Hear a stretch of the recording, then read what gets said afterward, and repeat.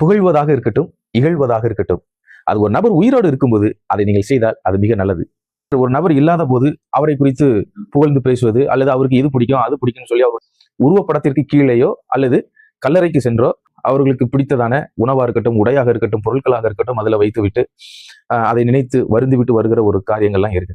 So இதனால எந்த பிரயோஜனமே இல்லை. அவர் இறப்பிற்கு பிற்பாடு நாம் அவருக்கு செய்யக்கூடிய மரியாதையாக இருக்கட்டும், அன்பாக இருக்கட்டும், தேவையான பொருட்களை வாங்கி கொடுப்பதாக இருக்கட்டும், எதுவும் அவருக்கு பயன் தராது. ஒரு உயிரோடு இருக்கும் பட்சத்தில் அவருக்கு தேவையானவைகளை நீங்கள் செய்து அவருடைய மனமும் குளிர்ந்து உங்களுடைய மனமும் குளிர அன்பாக வேண்டுகிறேன்.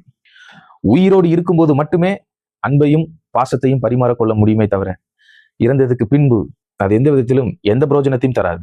இன்னும் சொல்ல போனால் எதுவும் இருக்கும்போது அதனுடைய பயன் நமக்கு தெரியாது. இல்லாத போதுதான் அதனுடைய முக்கியத்துவமும் பயனும் நமக்கு தெரியும். இழந்ததுக்கு பிற்பாடு வருந்துவதை விட இருக்கும்போதே அது எந்த உறவாக இருக்கட்டும் அந்த உறவினை போற்றுங்கள், அந்த உறவை நீங்கள் தக்க வைத்துக் கொள்ளுங்கள்.